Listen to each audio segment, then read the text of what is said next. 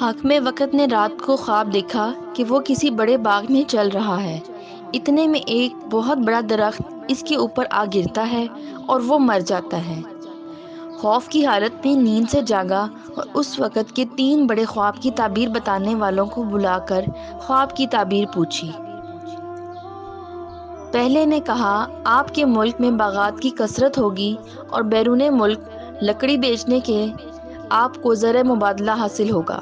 دوسرے نے کہا، یقیناً آپ کے دشمن آپ کے خلاف جادو کا سہارا لیں گے اور اس نے جادو کا تعویذ کسی درخت کے نیچے دبا دیا ہے، لہٰذا اس کو ڈھونڈنا ہوگا اور تلف کرنا ہوگا۔ تیسرے نے کہا، یہ کوئی مشکل خواب نہیں ہے، یہ آپ کو تنبیہ کرنے کے لیے خواب ہے اور اس میں واضح طور پہ بتایا جا رہا ہے۔ حاکم نے غصے سے پوچھا، کیا بتایا جا رہا ہے؟ خواب کی تعبیر کرنے والے نے بتایا، ہمارے محترم حاکم صاحب کی موت کسی درخت کے گرنے سے ہوگی۔ حاکم نے خاموشی اختیار کی، گویا اس تیسرے کی بات اس کے دل کو لگی تھی۔ حاکم نے فوراً حکم دیا کہ مملکت میں موجود تمام درخت کاٹ دیے جائیں، لہٰذا سارے درخت کاٹ دیے گئے۔ کوئی ایسا درخت نہیں رہا جہاں پرندے اپنا گھونسلہ بنا سکیں، لہٰذا سارے پرندے بھی ہجرت کر گئے۔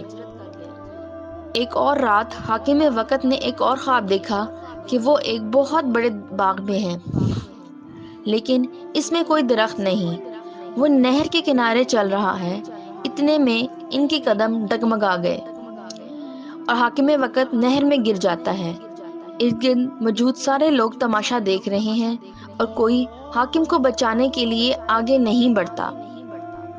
جب حاکم نیند سے بیدار ہوا تو بہت غصے میں تھا۔ اس تیسرے شخص کو بلا کر خواب کی تفسیر پوچھی۔ تفسیر کے مطابق اب حاکم کی موت نہر میں گرنے سے واقع ہونی تھی۔ حاکم نے کہا، میں کسی نہر میں گر کے نہیں مروں گا جب میری مملکت میں کوئی نہر ہی نہیں ہوگی، لہٰذا حکم دیا مملکت کے سارے نہر ختم کر دیے جائیں۔ حاکم نہایت اطمینان کے ساتھ اپنے عرش پر برجمان ہوا۔ اس کو کوئی پرواہ نہیں تھی، اس کی مملکت صحرا بن چکی تھی۔